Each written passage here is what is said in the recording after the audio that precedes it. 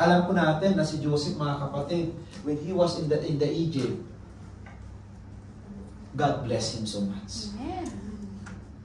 Amen. As a slave, he will become a governor of Egypt.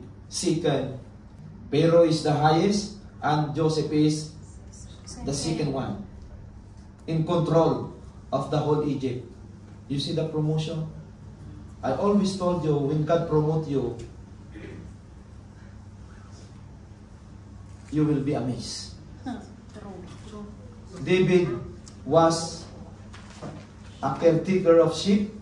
When God promoted him, he became the king of United Israel. See? Taga-pastor ng tupa, parang sinabi mo lang nung na isang cleaners, naging presidente. Hello? When God promoted you, you cannot say, I'm only just a housemaid. I'm only just a janitor. I'm only just a cleaners. But if God promote you, nothing is impossible. Amen.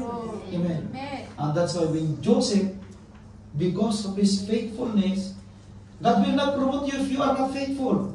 I guarantee you. Because if you read the Bible, all the faithful men of God, God promoted them. Joseph is a faithful man of God. Even he is in the Egypt, even Joseph, he is in the jail, he is still calling the name of the Lord. Yes. He is always continuing his devotion from the Lord. He did not stop in his devotion from the Lord. Because we sometimes, if we have problem, we stop to go in the church. Hello? Amen. Pastor, I have problem. That's why I am absent. And sometimes he did not say also, I am absent. Where are you, sister? If you text him privately or you PM him, sorry, Pastor, I have too much problem. So how can God promote you? How can God give you the blessing? If you have problem, you stop your devotion from the Lord. Dapat nga, it must be that if you have problem, you need to go for the Lord. You need to inquire for the Lord. Amen. Because the Lord will give you the answer of your inquiry. Amen. Who will give you the answer? You will marry this for your brothers and sisters. Huh? Maybe they did not give you the right answer. They will give you the wrong answer. But if you have inquiry to the Lord, just inquire to the Lord. And that's why this is our human mistake. If you have something pain, sister, ano kaya itong nararamdaman ko? Hindi naman siya doktor. Am I right?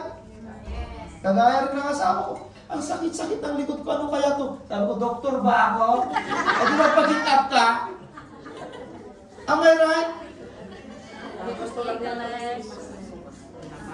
Sometimes we are complaining, we are asking for our fellow brothers and sisters, but they are not the right people to give the answer. Amen. Pag may nararamdaman ka, if you feel something for your physical bodies that is not good for you, go to the doctor, right? Ayo, Sister Lorena, di ko alam sakit ng ganito ko. Ay, alam ba niya? Sasabihin niya sa tapalan mo yan.